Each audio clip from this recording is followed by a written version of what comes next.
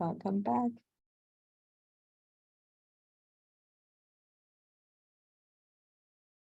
Okay, aloha everyone. Thank you for coming tonight. I know everybody has very busy schedules and we really appreciate that you make the time for this.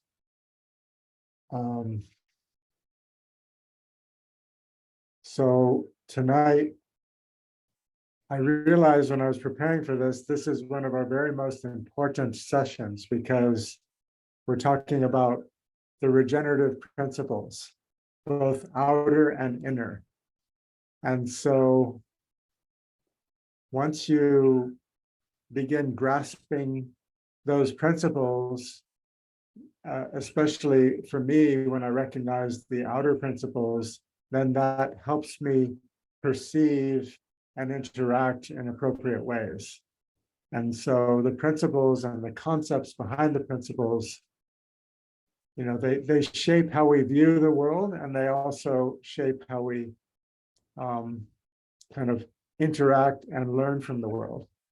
I think the concepts that we operate from are really the underlying operating principles for how we interact with the world. So I'm going to present the outer principles that I've learned through the years. And of course, they are just the beginning point. All knowledge, all concepts are provisional. They're not the real thing. They're provisional. They're the way we kind of view the world and understand the world, but there's no true knowledge. There's no true concept.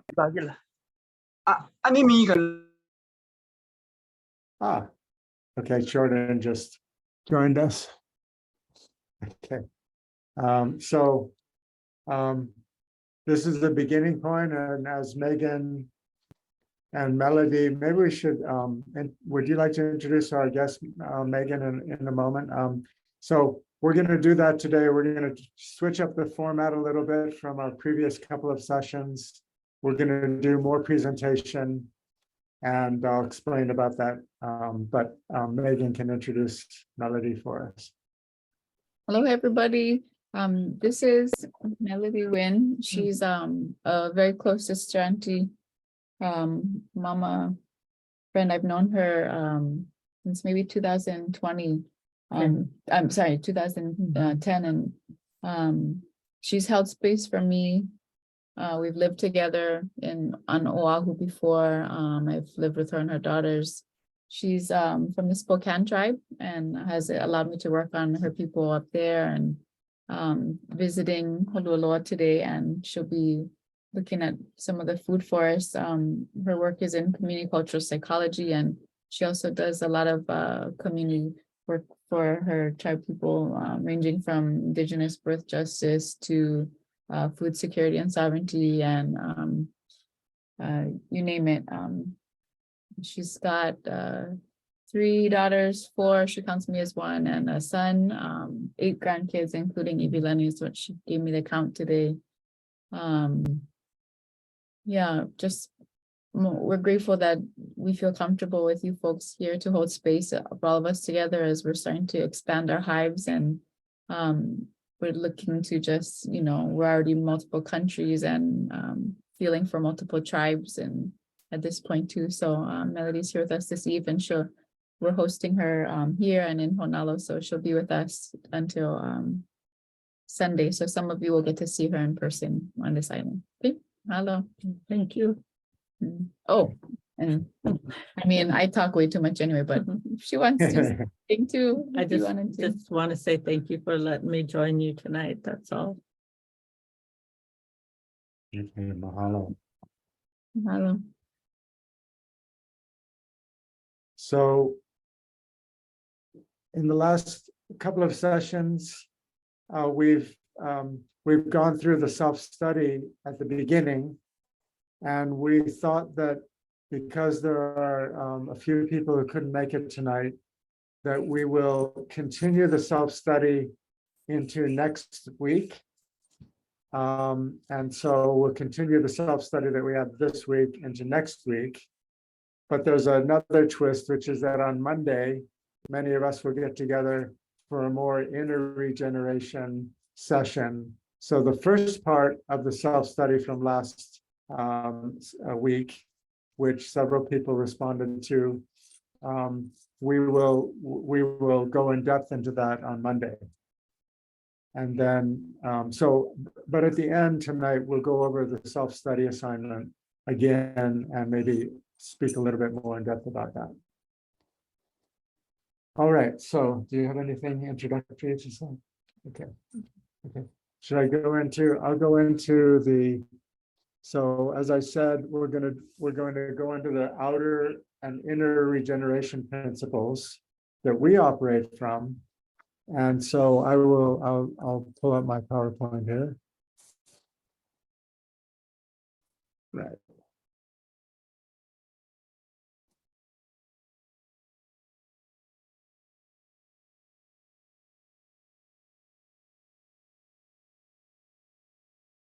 One moment.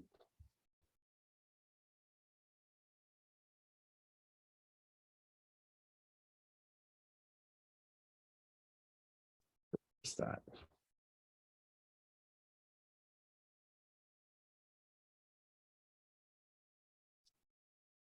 Oh, there it is. Okay, thank you. All right. Can everybody see that at this point? Okay, great.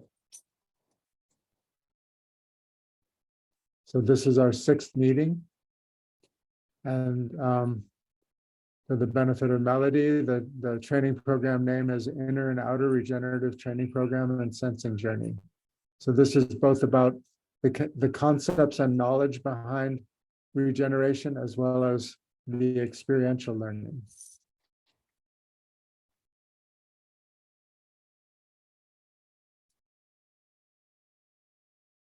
As I mentioned, so our last week's self-study was an observation and site assessment.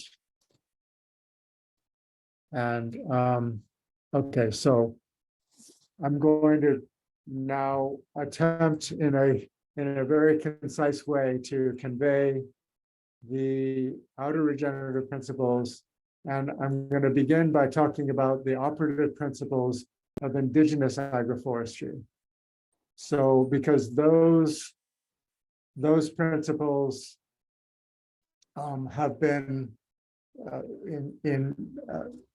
they've been realized by traditional peoples for millennia, and they actually show us what's possible. So we're not talking about some mythical, ideal vision of what regeneration is. We're actually talking about what people have been doing for a long, long time.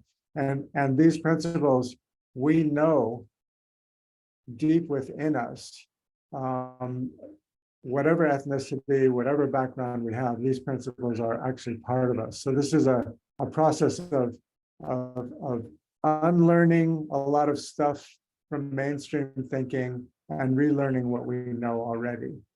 So indigenous agroforestry has a few commonalities around the world: tropical, temperate, all around the world. And these items here, this list comes from Clark and Thaman's book about Pacific Island agroforestry, but this is true around the world. So number one, only local renewable inputs. So essentially, we use what nature has present, and we use it optimally, and we interact with it sustainably. So we don't bring in any outside inputs, no fossil fuels, no chemicals, and the technologies are all local, and they're human-based technologies, rather than technologies that require a tremendous amount of fossil fuel and cause a lot of chaos in the world. We use technologies that we can implement ourselves. Positive net energy yields. That means that the amount of work we put into our system, into say food, we might put a calorie of work from our own work into it, and we can easily get 20 calories back from nature in terms of food calories. Sometimes it's 1 to 100. I would say when we plant uhi or yam, it's probably 1 to 1,000. So we get a lot of energy back for the amount that we put in. And we have other protocols and principles within the community, such as resources are equitably distributed. That means that everybody has access to so-called resources such as land and water, and everybody has the opportunity to get the value of what nature gives us in terms of natural wealth. And finally, this is just a short list. There's lots of principles, but finally, I wanted to highlight in those systems, we always preserve biodiversity, habitats such as watershed, ocean function, and the resilience of the ecosystem itself. So we preserve this emergent property, the property of biodiverse, healthy ecosystems, to be resilient to disturbances like bad weather, or well, it's weather or earthquakes, things like that.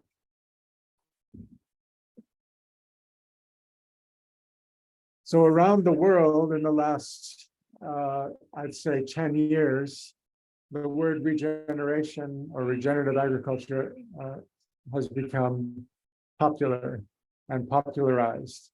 And a few years ago, I was very fortunate to be tasked by Patagonia, who's working on regenerative standard with Rodale, to come up with a regenerative standard or regenerative standards for agroforestry.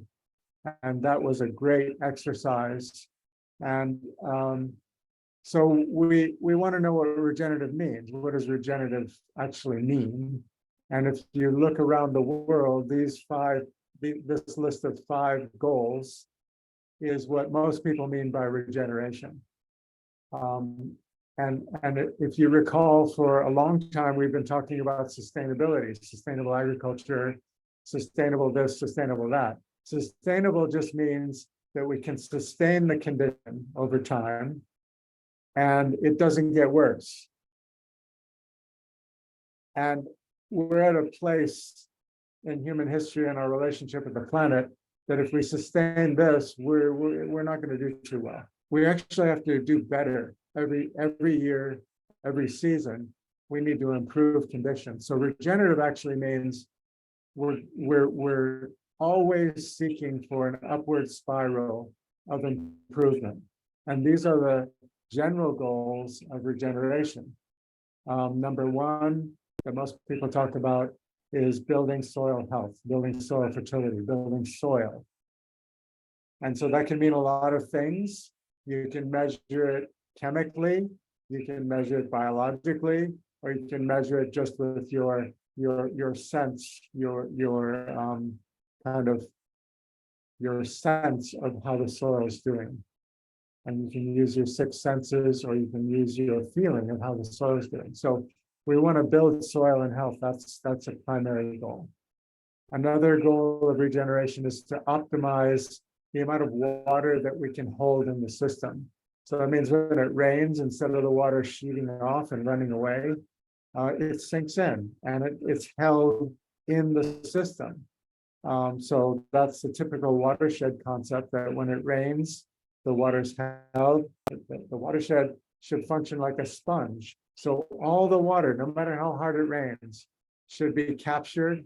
It should percolate in, and then it slowly percolates out. And it might take months or years for that water to get through the system, either across land or through the land to the aquifer, instead of sheeting off, and in hours it's in the ocean. So we want to optimize our water retention. The third goal is to build biodiversity. Biodiversity is known to be incredibly important for ecosystem health. and resiliency. So biodiversity, just flat out, is one of the important characteristics of our food systems that gives us lots and lots of things. Number 4 is to support the resiliency of the ecosystem. So you want to build resiliency into the food system. And as we get more and more extremes of weather, extremes of this and that, what we really need more and more resiliency in our systems, whether it's food, medicine, fiber, all of those things we need in our system to be resilient to the extremes that we're having more and more of. And finally, there's this point: sequester carbon. This is a goal that would be in the international lexicon, sequestering carbon, but for us, we can just talk about holding on to organic matter, building organic matter, accumulating organic matter, which we've talked about several times.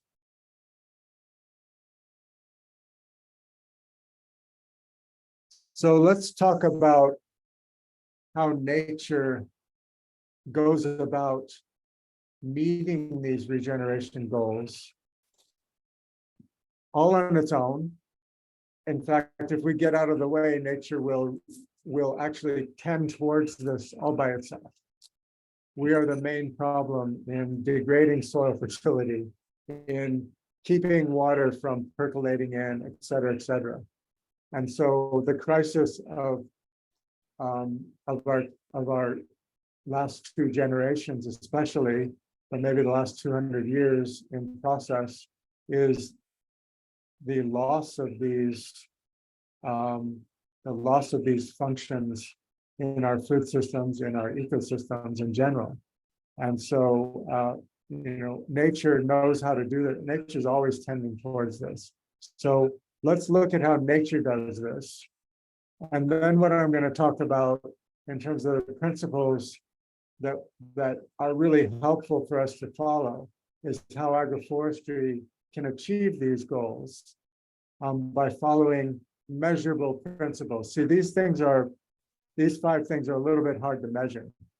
You have an intuitive sense of when they're being reached, but they're not easily observed and measured.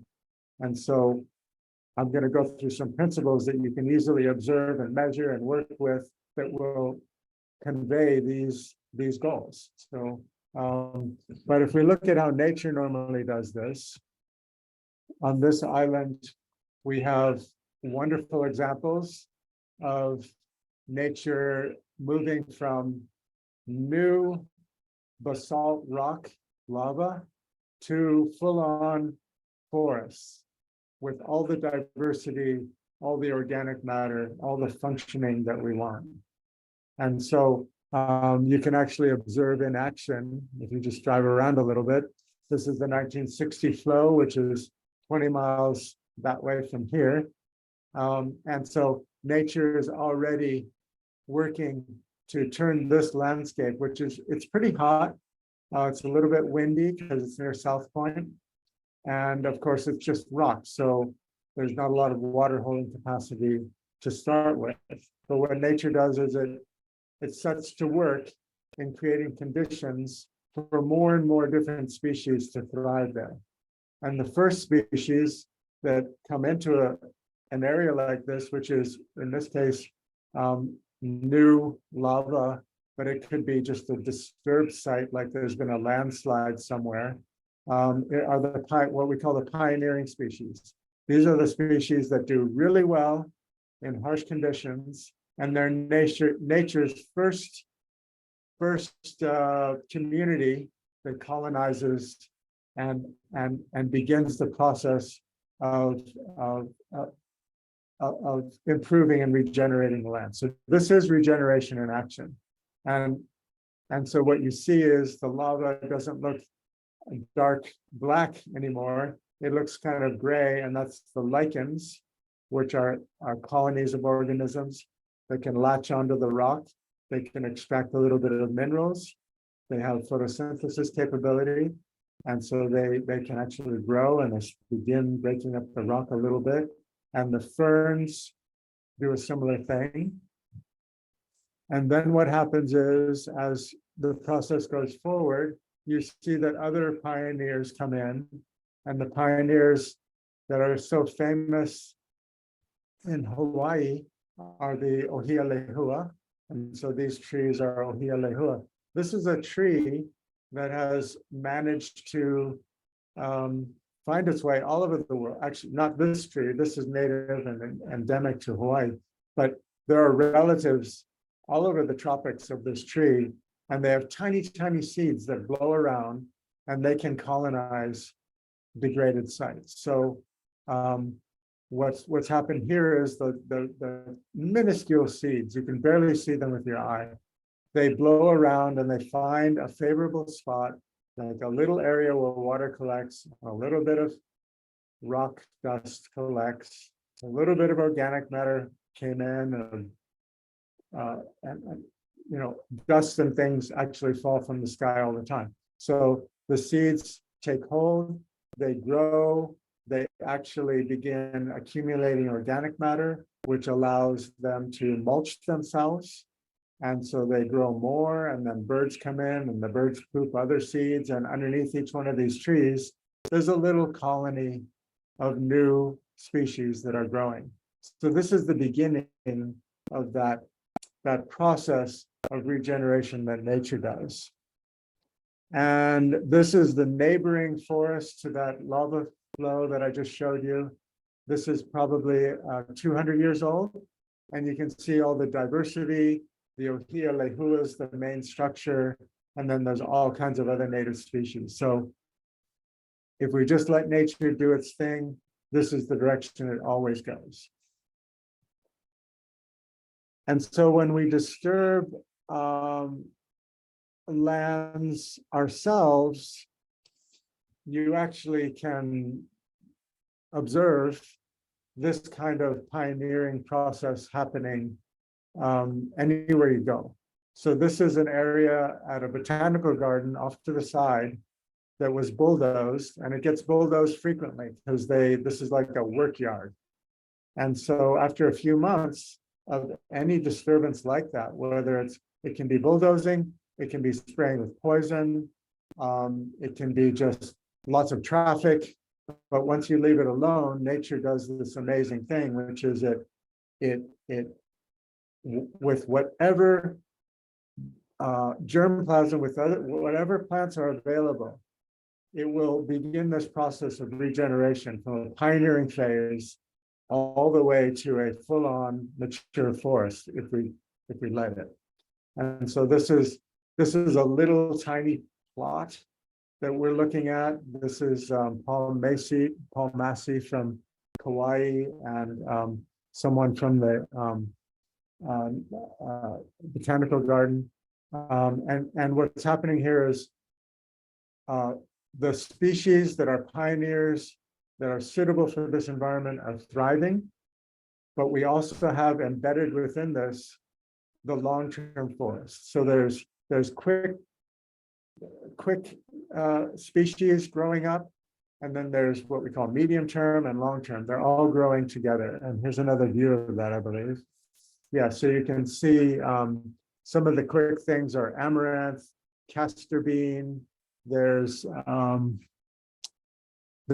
like there's legumes. So you can see there's a crotalaria. These are just typically, this is what we call weeds. But actually, weeds has a negative connotation. I would like to suggest that we don't need to give a negative connotation to nature's best effort to regenerate land. This is nature made this choice. And so the truth is, if we just go with this, we will have regeneration happen. And we are not at war with these species. Instead, we should use them optimally to actually foster this process that nature wants to do. And so here's another example. This is Kalani Souza's home garden food forest plot that he did for a neighbor. This is about the same size of that plot that I just showed you. But instead of species that are not necessarily what we want to grow. He's used pioneers, medium-term and long-term species, all in this dense planting that will go from vegetables. Actually, the vegetables have already passed, it's already past the time of all the vegetables. I believe, I don't really see much left. There is some sweet potato, but we consider that to be a medium term. And so what we have here is the medium term and long term. So we have sweet potatoes, and we've got pigeon peas and papayas and bananas all coming up. And within this is embedded the long-term food forest, which is a bunch of citrus trees and a few other fruit trees. And so this is modeling nature's own succession model by planting really densely and diversely and having all these different time stages planted together. And so this is 6 months old. And so at 6 months, what you see is this is just dominated by the things that grow fast and the medium term stuff like pigeon pea, papayas. Oh, I forgot to mention chaya, the bananas, of course. And so this is this island of medium term stuff that will be succeeded by the long-term plants that will emerge through this. And so this is nature's model. It's not an invention of any human. And in fact, it's been followed by humans for millennia all around the world. All right, so now that we've seen those examples, I want to present this. This is kind of a key illustration of what's going on. This is the natural progression of regeneration that happens over time. And so what you see is on the left is the beginning point, kind of where nature starts. And on the right is the full-on mature forest, which in the literature you would call a climax forest. It's a very old, it's diverse, it's super well, I mean, it's old. So we go from the beginning point to a super old mature forest. And the way we get there is to go through this process, first of pioneering, which is these pioneering species that can do the job of getting things started. They create conditions for the next wave of plants, more diversity, and there's a whole new wave of plants that is suitable for that environment. And that's the accumulation wave. And you can see at the end of the accumulation wave, that red curve is at its maximum slope. In other words, it's the steepest at the end of that accumulation wave. So in other words, nature is accumulating organic matter, biodiversity, all of these good things that you see in the list at a rapid rate. And then you go into this phase of abundance. The abundant phase is where most of our tree crops are from. This is where they live. This is their zone. And so in the abundance phase, that's where we want to get there in order to grow a lot of the fruit trees, fruits and nuts, a lot of the things that we like to eat. And then finally, we end up in the climax phase, which is more of a mature forest. But as you can see, in the climax phase, that red curve is almost flat. So the mature forests of the world are not as productive and not as vibrant in their progression as the younger forests. So if you look at where, for example, Pacific Islanders have been growing food, it's in the abundance phase or in the late accumulation phase, where things are fastest. That's where things are actually getting better the fastest. We actually want to be there. And so the climax forest would be the protected upland watershed areas where people don't actually grow food or do much at all. They don't extract anything. So where we want to be in our systems is in the abundance phase.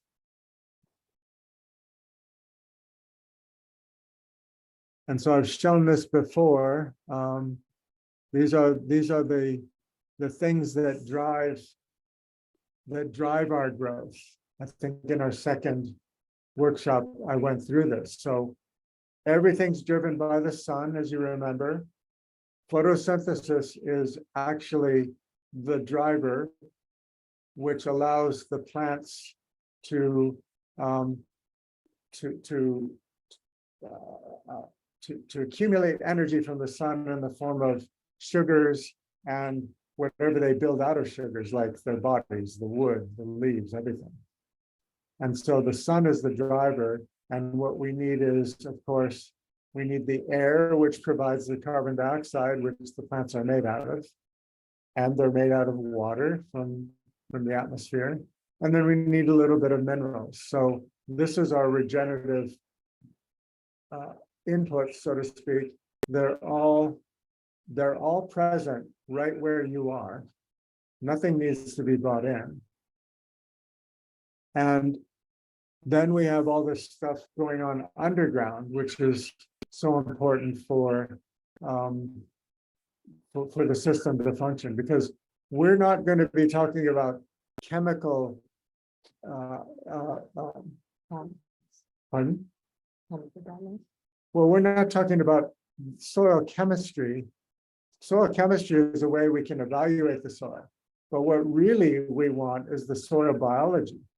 We want healthy biology. That gives everything we need. And the chemistry is just a way to analyze it. And in fact, chemistry has been used to justify all the inputs that we put into agriculture. But it's really the biology that is doing the healthy functioning that we need. So that underground activity with all of the organic matter being cycled into the soil, the multiple layers of roots capturing nutrients, we have the soil structure is created by all these root systems, and the root systems form pathways and channels for water to go and organisms to move. So all of that is incredibly important to the functioning of the biology, which gives us plant health. All right, so now I'm going to go through the 5 principles that are, in my opinion, enough to guide us. And for the first time, this is the, what do you call it? The first time I'm going to show you some animations. We're actually doing a whole series of videos for this course, and they're almost ready. And these are animations from the regeneration one. So principle number 1 is simply to integrate perennials. Perennials are incredibly important because they obviously, perennial means something that lives more than 1 year or 2 years. So perennials live for a long time. They have a kind of a built-in resiliency, and they have a built-in ability to benefit many other species over time. So the integration of perennials is the first principle of this regenerative effect. It's simply the presence of woody perennials in the system. Okay, that's kind of an easy one because we're talking about food forests. The second principle is multiple species. So, in a second. So the multiple species aspect, that immediately gives us biodiversity, and it immediately gives us resilience, because when you have multiple species, there is more resilience to disturbances, because certain species might do well during one season or respond well to certain disturbances or weather patterns, and other ones might not. And so we always have this the ability of the system to to fill all the niches and function in a healthy way, regardless of what's happening with the environment. And the next principle, oops, this is number 3, so that's a typo, is density. We want a dense planting, and for the purposes of measurement, we want a minimum number of stems, so to speak, per unit area. So we want density of planting. And so that's something that's really missed in monoculture plantings. Number 4 is, so here's another one that's a little bit different. We actually want to occupy multiple stories. So we want a multi-story, multi-layered, let's see if I can pause this. Okay, good. We want a multi-story, multi-layered system. That gives us a healthy functioning food forest. And actually building this, or not building, but putting species together in relationship to each other to end up with this multiple story system is one of the skills that we need to develop. We need to always have this multiple story system. And what this does is it gives lots of habitat for different organisms. So for example, different birds prefer different layers. Birds they have different activities in different layers of the canopy. And so do insects and all kinds of organisms. But it also allows us to capture more light in photosynthesis, because light that travels through a plant and passes through a plant can actually be absorbed by lower layers of the canopy. And so photosynthesis can happen at multiple layers. So instead of having, let's say, a 50% canopy in an orchard, we have a 200% canopy, because if you look at the number of layers in the forest, we have many more layers of plants, and so much more ability to capture the light. We want to capture as much light as possible. That is our, you could see that as our overriding goal, to optimize our photosynthetic effect. And then the final one is continual soil cover. So we want the ground covered at all times. And that does a lot of things. It keeps the soil cool, so our soil organisms can thrive. It keeps this moisture from evaporating off the soil. Keeping the soil covered is just essential to the health of our fruit forest. So that's right up there as one of the most important principles, and one of the things that most people forget to do. So actually, I have to finish really soon. Okay. So now you might think, okay, so why have we not heard these principles in mainstream agricultural teaching? Does anybody want to? Why? Am I just crazy? Well, just kidding. Am I out of my mind?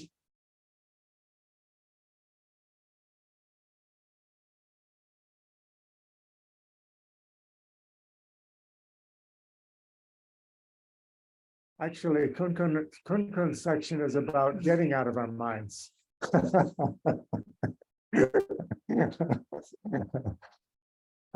Well, so does anybody want to take a crack at it? I see Dane leaning forward.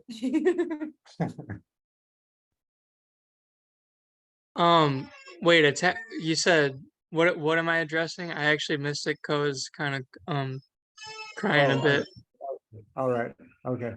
Well, let's not put you on the spot then. How about Kealoha? Let's put her on the spot. So why haven't we learned any of this? That was the Yeah, question. why don't we learn this when we learn agriculture in school? Well, because we make really good workers for the system that's in place. Is that why? It would free us and it would connect us and it would, yeah. Yeah, I think that's a huge part of it. It would empower us to grow food without actually having to buy anything. Or and it would also, it requires that you have to be connected to nature. And so what they want to do is teach people who are just manual labor and not skilled labor, or not even, high level intelligence, or not intelligence, but high level ability. Any other ideas?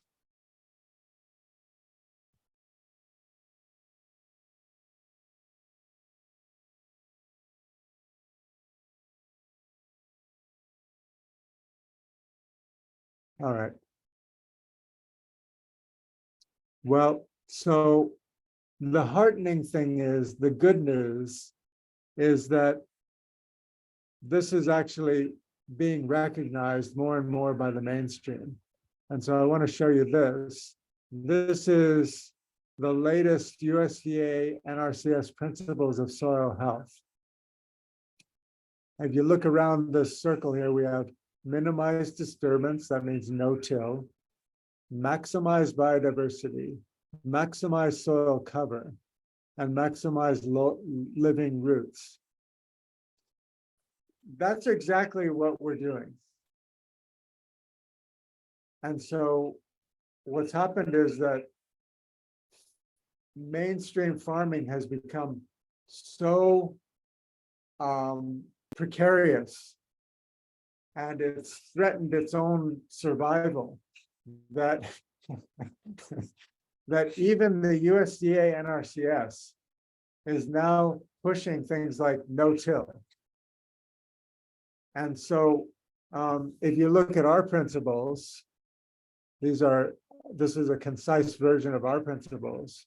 The minimize disturbance, well, we're doing no-till because by virtue of having perennials in our system, you don't till around perennials. You really can't because of the root systems. So we've eliminated tilling.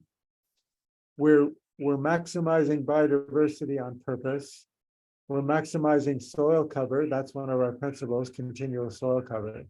And maximizing living roots by having this diversity of perennials and annuals and all kinds of things. We're occupying all strata of the soil with living roots. So we're really doing this. What you can't learn from the NRCS yet is what we're talking about here. But I feel confident that everybody's going to get there, because right now the system is just undermining itself in so many ways that we need to focus on regeneration, or we're just not going to go anywhere. All right, so let's look at a couple. Let's look at these principles. I'm not sure that's going to be readable for you, actually. Somehow the font size is smaller here. But so let's look at a couple of examples and how the principles are in action in these real life examples. So this is the Samoan example that I keep showing. Traditional system from hundreds, thousands of years old. Integration of perennials. Samoans are agroforesters, by nature. That's in there. That's what they do. Number two, density of planting. Very dense planting. Number three, multiple stories. Multiple species. Lots of species in the system. Multi-story. And finally, continual soil cover. So there you can just see that in action. This is a natural system. Oh, wow. That's not even, oh, there it is, okay. So this is a secondary regrowth forest in Guam. And I'm showing this because it's a really good example of natural regeneration. But you can see this anywhere in the world. When you let nature do its thing and just don't interfere. So integration of perennials, that's what's happening. The density is what we're looking for. A lot of stems in a per unit area. Multiple species, lots of different species. In the ground layer especially, lots of what we call weed species. Multiple stories. We have all the layers we're talking about: emergent, high, medium, low, and continual cover. So this is how nature does it. Okay. And just to reinforce, let's see, I'm almost at the end of this. So just in that context, reinforce how degenerative our monoculture systems are. And you can see here, virtually every principle of regeneration is not expressed, not realized. There are perennials. However, what? Only perennials. There's only, only the breadfruit trees. But we do not have density, we do not have multiple species or multiple stories or soil cover. So this is clearly, you can look at all the scientific literature, this is a degenerative system. And then we have, this is a practice people are using more and more in Hawaii. I don't know about other places in the world. They're saying, well, we don't want to spray poison, but we don't want to deal with weeds. So we're going to lay out weed mat. So this is essentially eliminating photosynthesis, eliminating biodiversity, and keeping the soil from breathing. And actually, the soil is breathing a little bit. It's eating up, decomposing organic matter that's remains, and it's degenerating. So you're essentially just spending a lot of money for this material to just have earth degenerate. This is not a good practice. And so we've gotten to this point where this is the opposite of that natural regeneration curve that I showed you. And this is where we've taken things, all of it. I forget how many, I think it's 1.5 billion hectares have been degraded by human activities. And so we've gone through this process of going through healthy forest. We've passed the abundance phase. We've run things down, and now we're at this degraded state. And then we say, oh, I want to grow breadfruit tree in that system. And that just doesn't work. It's not even sustainable, let alone regenerative. And so what we're talking about is flipping everything so that we focus in the front of our minds on these regenerative principles in everything we do. So when we prune, it's for the purpose of regeneration. When we clear an area to plant a new food forest, it's for the purpose of regeneration. And so everything we do is towards this regenerative outcomes. And by following the principles I just showed you, you can get the outcomes. Okay. I think that's it for my bit. Now we go into the really important stuff. So, yeah. Can I just say one thing? Yeah.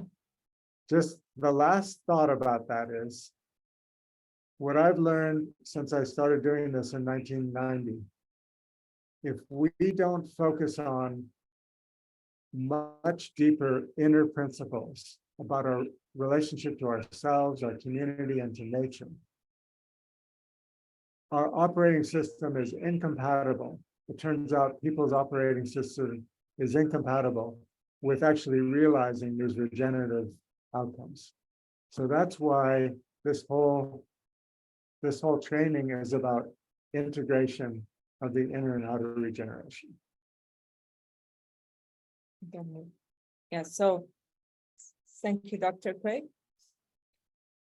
Among all the learnings from Dr. Craig, I found this chart, and the first chart of coming up was the most relevant to me.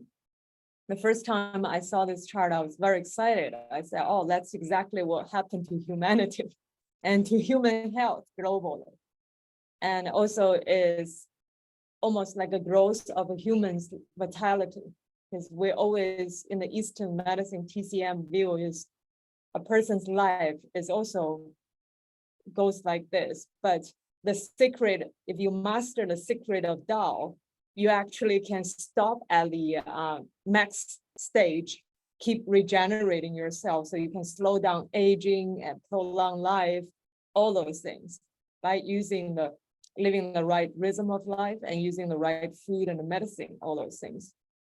And so in our last session, we talked about observation. I personally felt it's so important for us to have a self evaluation. Which stage are you at on this curve? Yourself, your inner garden. You're at a degenerated stage, pioneer accumulation or abundance. And among all the people we have worked with in the last 3 years, our interns and people who try to associate with us and come through close and do the program. You know, at the beginning, we've been modify our way of sharing. At the beginning, we thought everyone's ready to regenerate. We literally ran into people shut down within a week and ran away in 2 weeks. And I was overwhelmed by that. And then Megan witnessed everything. And so we have our own reflection. What happened? You know, we gave so much nutrition and so much sharing. And then we realized when the inner garden, when this inner state of this human being is so poor, so damaged, so poisoned, we use traumatized also in this, you know, in different indigenous culture. And then people were just holding on that. They couldn't even see the possibility of being regenerated themselves. They couldn't recognize human has ability to do self-healing and regeneration. So I think pointing out to have a self-awareness during this whole journey of growing food forests within and out is we need to do self-reflection constantly and to see where we are. So checking in with yourself and checking in what you're putting in your 6 senses is the key, because every time you put something in your mouth, you're mulching your digestion system. And put on your skin, you're also putting stuff on, you know, and our touches with people, the actions in world, and music we hear, sound we hear, what we see. They're all like the organic matter. Either it's poison coming in or is organic matter nurturing our inner garden. And this is, I think, a really beautiful metaphor that we can use this chart. And so I try to summarize when Dr. Craig said, you know, we have this nature principles, regeneration principles, and what is the inner one? And so I summarized all this based on my own learning last 20 years, and might not be perfect yet, but I think everyone can relate it. First, I think it's very important we understand and master our own body, mind, and soul. We actually have to have pretty high awareness and knowledge of what we made out and how our organs function, how our body breath system functions, circulation functions, all this most basic. It's like, I use the metaphor, we're driving a car. Our parents gave us this body as a vehicle we use on earth, and we never read the manual, you know. And so, and then we will crash it. And as a mother, I felt it's super important that I would show my daughter that to recognize how sacred this body is, how important this tool is, this car is, whatever you call it, a plane, a rocket, and then you need to know how to drive it and how to fix it. And so that's number one. I think we should have a fundamental understanding of this. And then second is we need to understand the rules where around us, what I call the rhythm of life, and which, our health is impacted by everything around us. But mainly, I think the rhythm of nature and universe, the sun and the moon, directly impact the inner movement, which the Eastern philosophy, a lot of medicine philosophy explains to us. They have very detailed documentation on it. And then the next one is that we are able to align our physical body, mind, and emotion in harmony. And this, we can only be in harmony when we trust we can do it. We have this recognition that we are able to do it, then we can put it in harmony.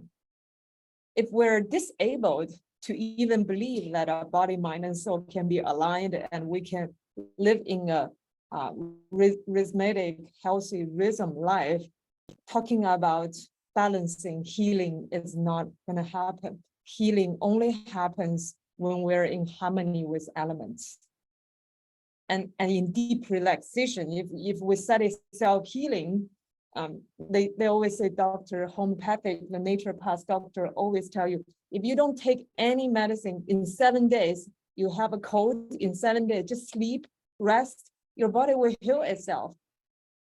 It happens almost to everything, but we're just not resting. We don't trust our body. We have to put a whole bunch of pills into it. And mentally we feel safe, but physically not necessarily is getting us anywhere. So this self-trust, trust this super machine we have actually can heal itself. It's like trust nature will do its own job. This is something I found it fascinating when I started learning food forest and what Dr. Craig shared. If we don't do anything, nature will heal herself. And it's so true. And we're doing the same thing to our own body. If we just respect the foundation rhythm of how our physical body actually runs, operation, we actually can heal most of the problem we have by ourselves. And then next one is able to create, to heal and connect with self, others, and nature. And this is talking about the relation we're having with everything around us. And this is also a perspective that through the nature connection, we can actually learn from nature because of the biodiversity and every plant's living together as a family and to support each other. And humans is just another mirror of that. And or we say nature is constantly mirroring for us, showing us this is how you should live together. So everyone can support each other. And so a lot of issues we have inner regeneration challenge or healing challenge, we cannot do ourselves. It must relate it to the people you love, you care around you, or you don't care, and nature. So if we're able to have self-awareness first to heal ourselves, then we're able to work with others in a more loving, peaceful way and to share with others, then the nature. And then we have a pretty holistic view, perspective of life, and it is much more easier to bring balance and a harmony into our life. And again, so how do we evaluate that? And I also summarized based on our practice here, which we did for the last 3 years and try to live like this. So, and we have proof it definitely has a positive effect on our not only our own health, and everyone who has been part of this has benefited from it. I think it's good. Yeah. And so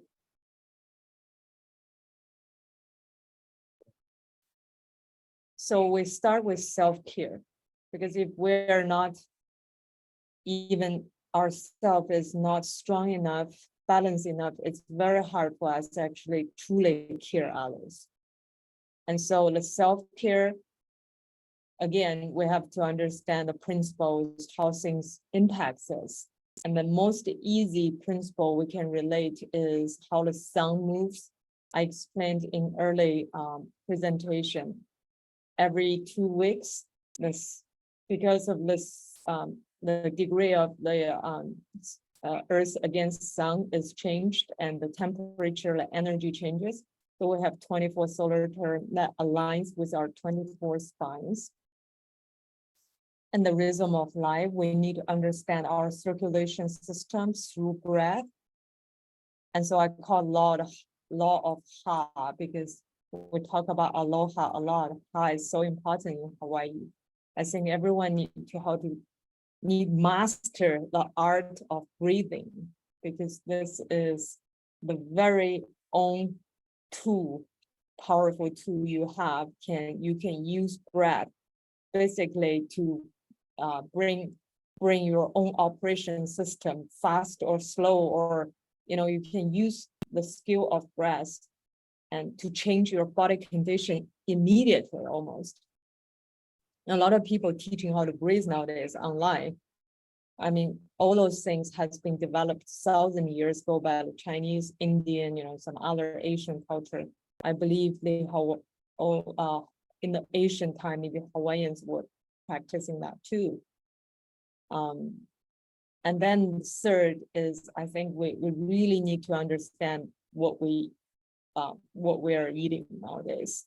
So, which means what truly nurtures us. If we understand what our body true needs is, then we should be responsible, wise enough to put only enough and just enough and the right nutrients into our body.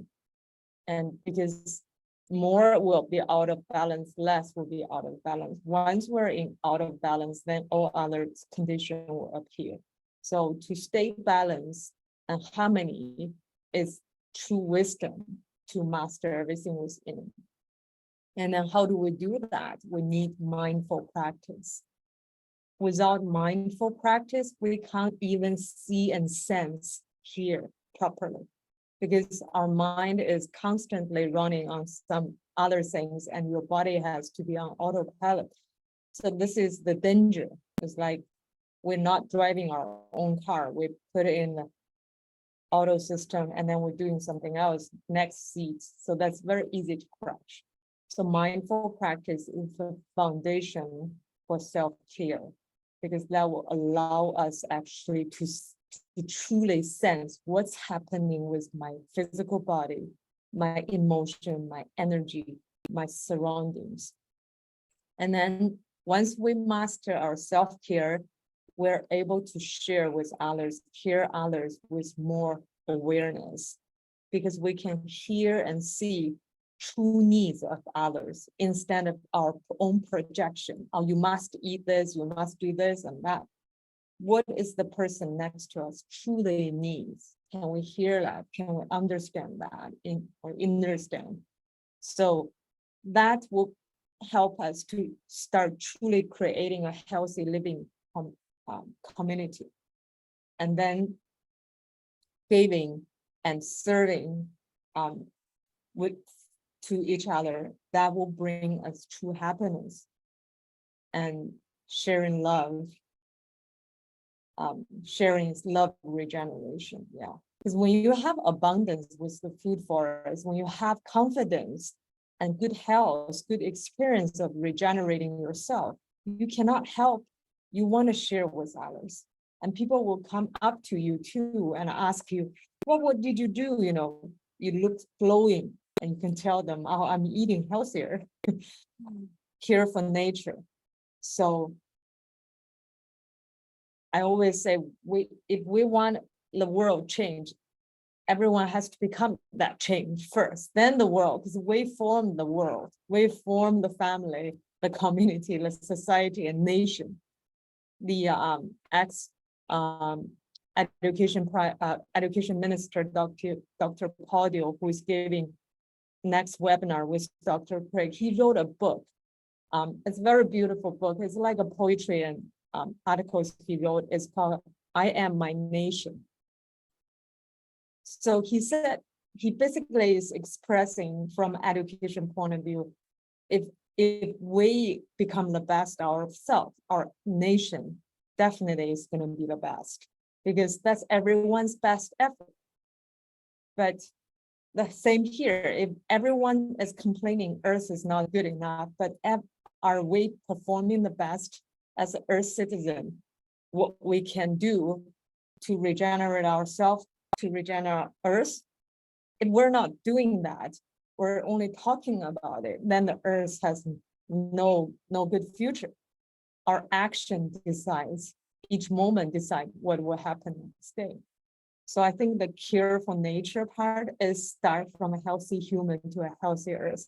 Each of us should become super healthy, super happy, super joyful, and learn how to live in harmony. And then we start to develop that sense of inner regeneration, outer regeneration actually is one. That one everyone's talk about, but we are living in it. We don't talk about it.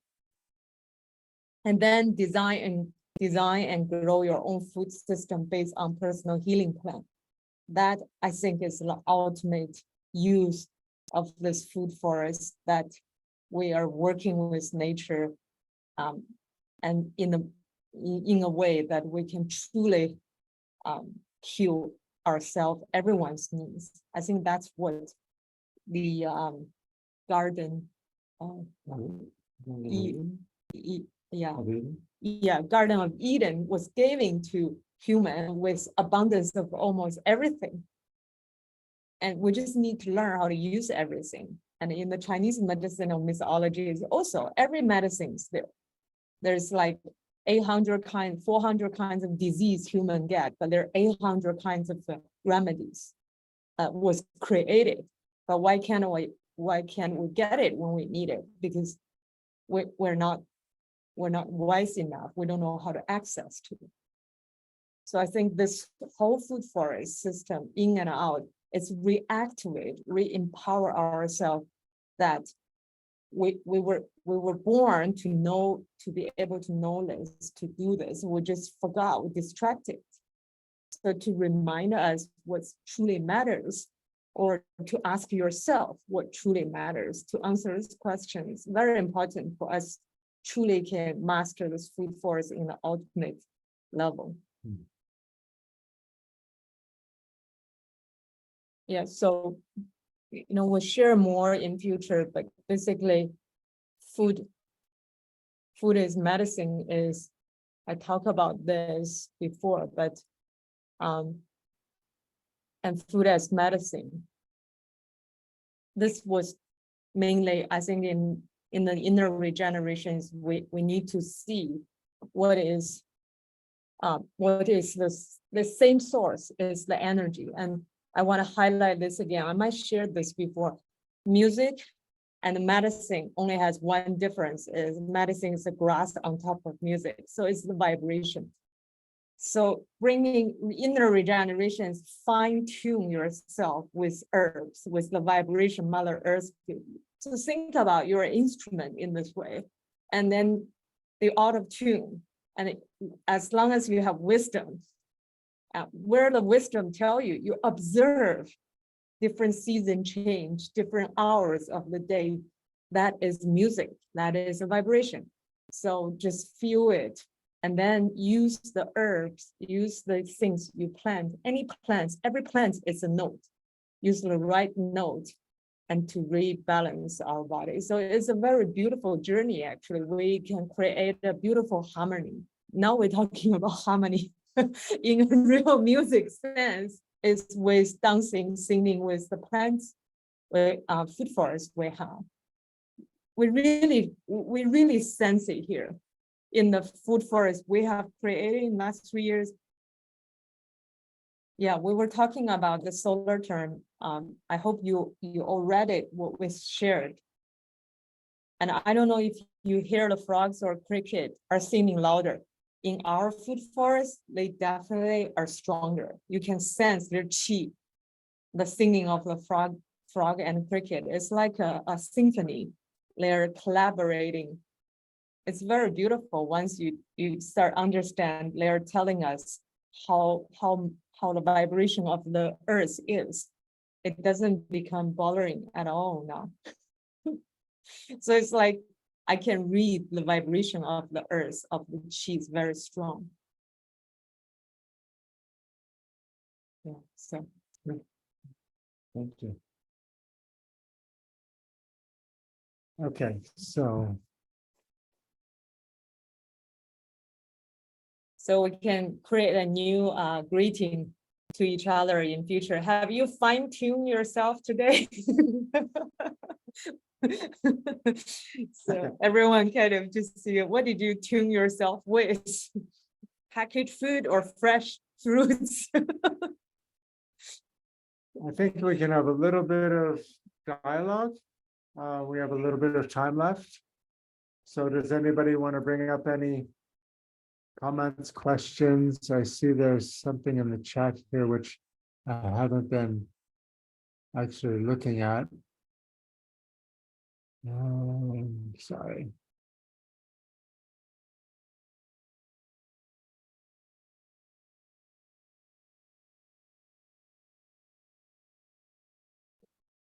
Okay.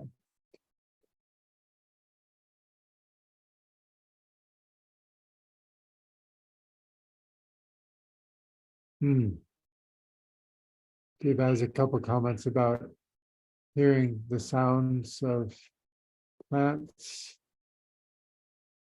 Yeah, wow. Wow, that's neat. What else do we have?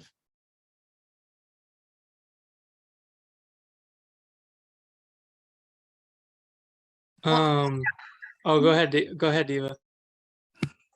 Okay, in addition to hearing the oregano, that was incredible. Just to hear music being made by plants, it really changed something in my brain chemistry.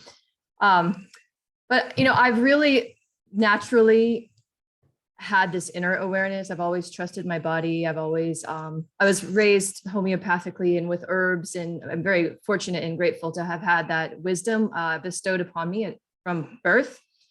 And so as I was just listening to you speak here, and as I've come to this island with the purpose of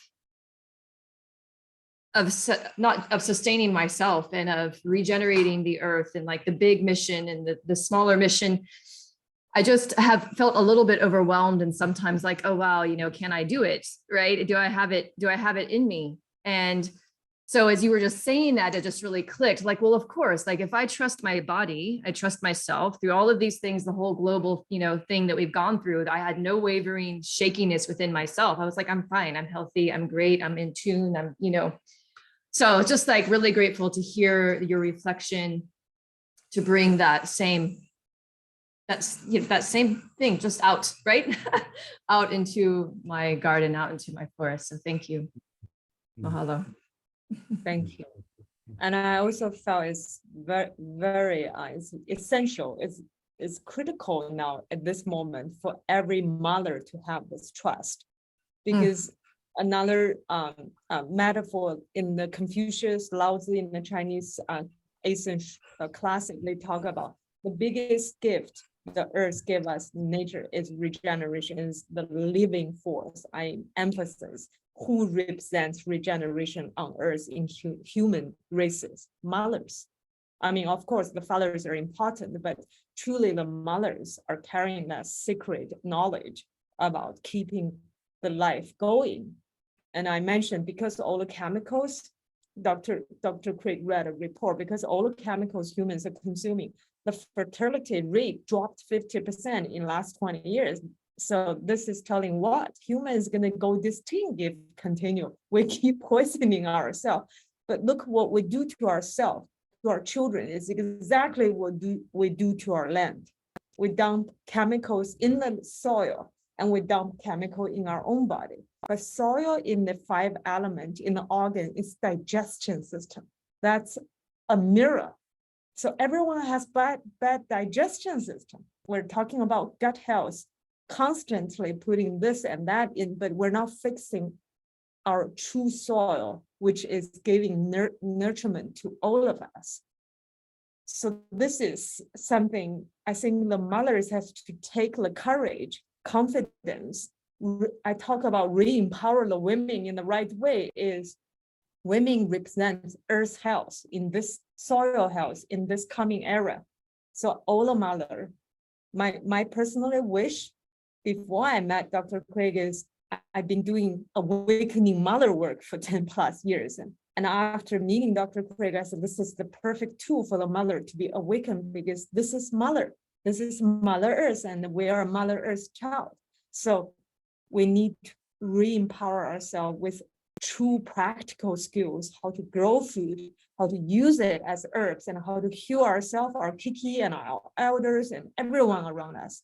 And then I think there's some hope we can continue humanity. And this time in Bhutan, we're going to talk about biodiversity, the importance of biodiversity and cultural diversity in education. And this is an important subject for indigenous culture as well. Yeah. So thank you for resonating with that. I think definitely there's a purpose we're all met here. Yeah. Dane, what were you gonna say?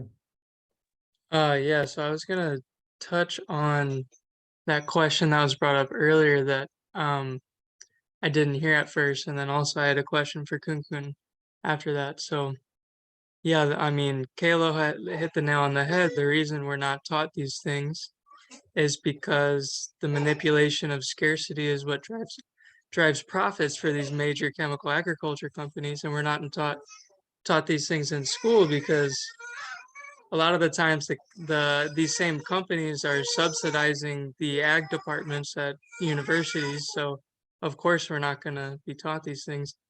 And then I think it's also a natural consequence of having civilizations that are fundamentally based on grain agriculture, because grain agriculture is an annual system. And then if you're continually relying on that crop, you're depleting the land. So you need to clear more land, clear more forest to plant your grain, which means you need to eventually conquer other lands in order to grow more grain. And so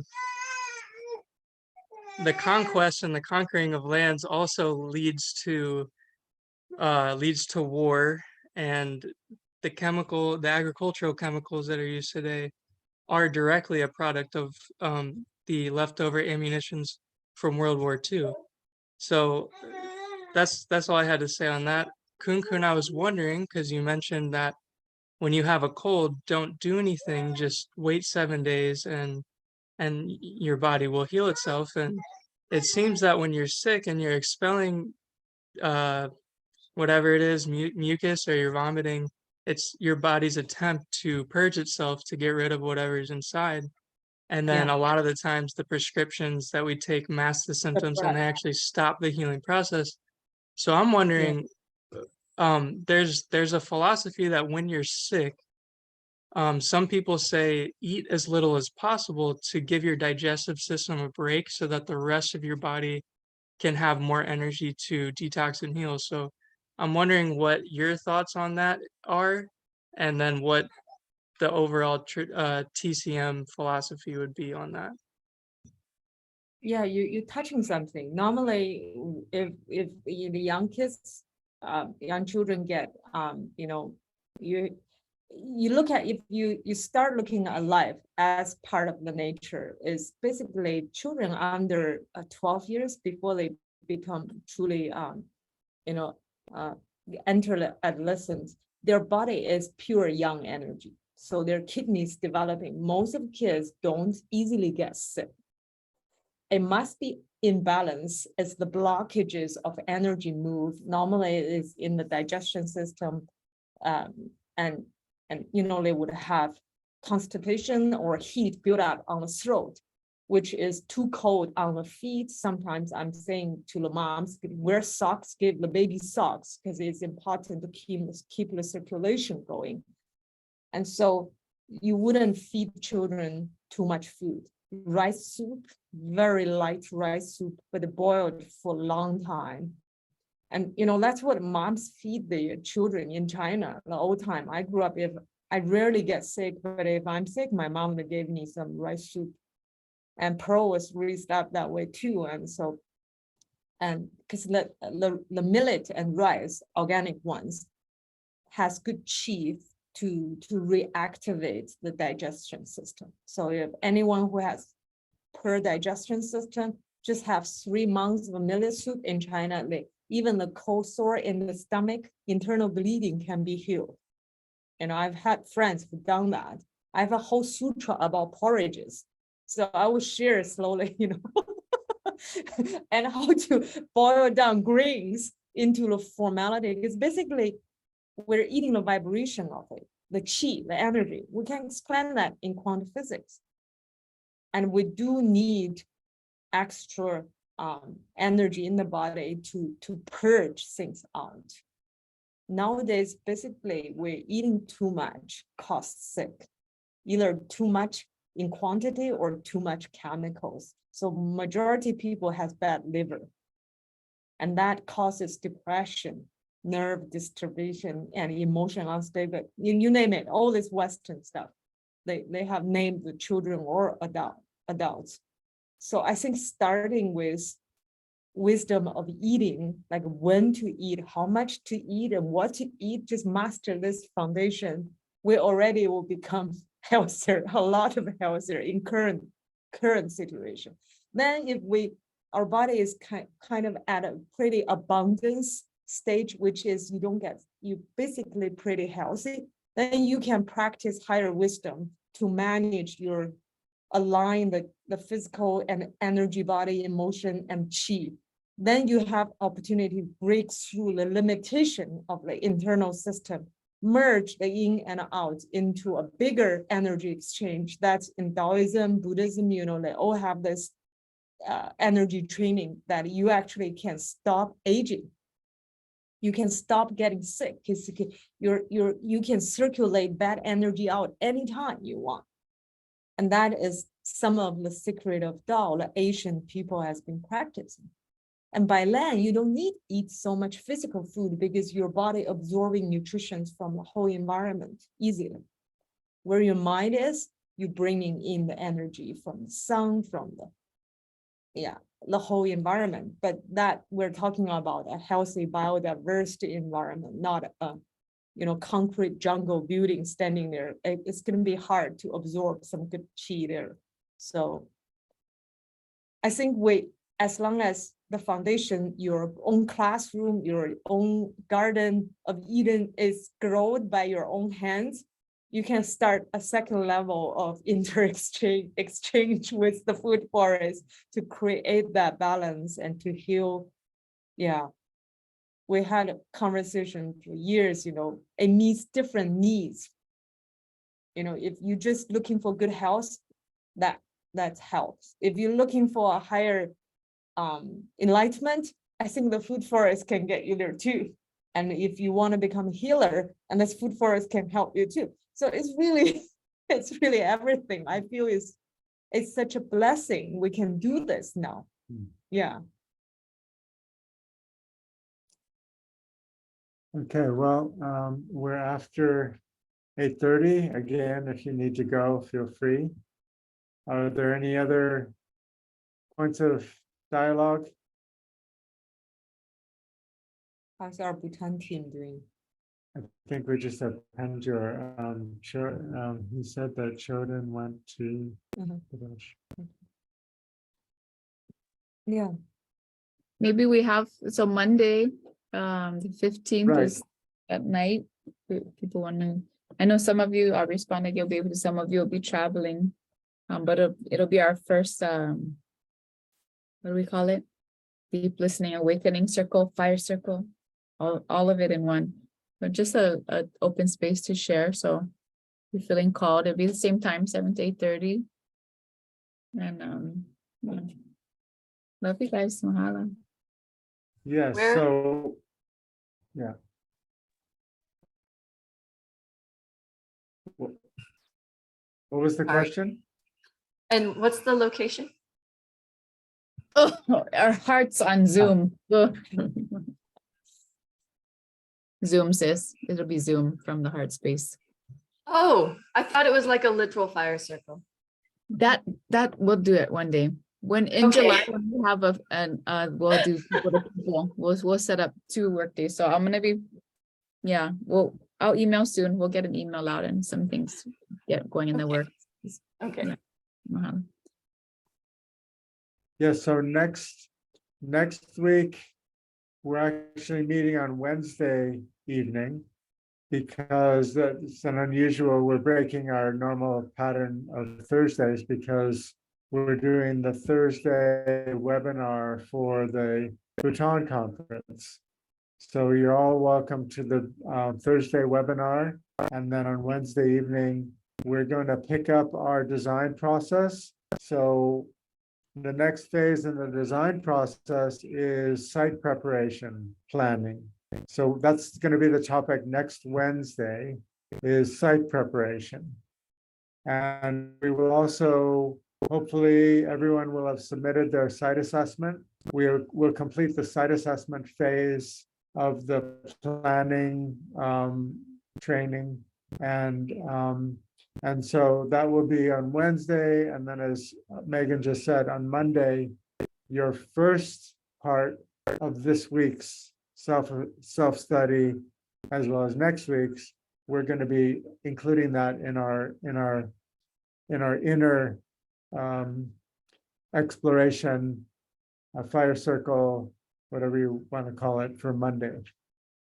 So we actually have a lot going on next week, Monday, Wednesday, and Thursday.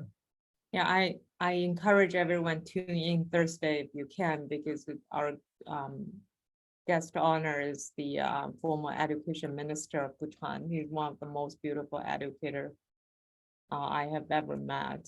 Yeah, kind of like one of my mentors in Bhutan. He's the one that's waking up the souls on earth. He wrote a book, My Green School, and is a principle of developing the right school for future children. I'm trying to collaborating with him to turn our Mama Food Forest into the ideal earth school for everyone in future. So yeah, you will enjoy his talk. It's so graceful. He's one of the most elegant speakers I've ever experienced. And then I have the coveted position of speaking right after him. I'm going to sound like, I don't know, like I just crawled out of a cave. Yeah, no, he's it's different, but I'm hoping someday. I always wanted to invite him to develop a course for the mothers, is how to turn our conversation into nourishment to our children. The first time I remember he gave a presentation about green school, he said something stuck with me 10 years ago. He said, he said, education is a noble sector. Okay, so this is the most important sector for humanity. So, but as a teacher, if you don't even carry, your language is not in carrying grace, how can you expect the children around you to grow up with grace? And that really put me in self-reflection, and what we're speaking, dumping into our children's ear every day. And so I encourage everyone's mother, we get our, liver heat up, and then we just start yelling, right? I do that to Pearl too, and I regret every time I do it. And so our next level training of Food Forest is mother tongue is the most nourishing tongue music to the children's heart and ear. So we have to turn our language into music and nurture them if we want them to grow healthy. And I know everyone wants their children to grow healthy. So yeah, that's what Dr. Paudio does. He just nurtures people with his language. Yeah, and also please do, you know, spend time to check in with your own body and your emotion, take notes, because the last journal has a lot of questions, because that's the inner garden site evaluation. Yeah, Yeah, so we'll send that again tomorrow, the continued self-study. And then, yeah, do read the attached solar term document, which has about a lot of reflection questions, especially for Monday. all right. Okay. Well, thank you, everyone. Good night. Yeah, Take care. take care. Mahalo. Hello, thank you. Yeah. Hello, good night. Nice, sleep well. Thank you, you too.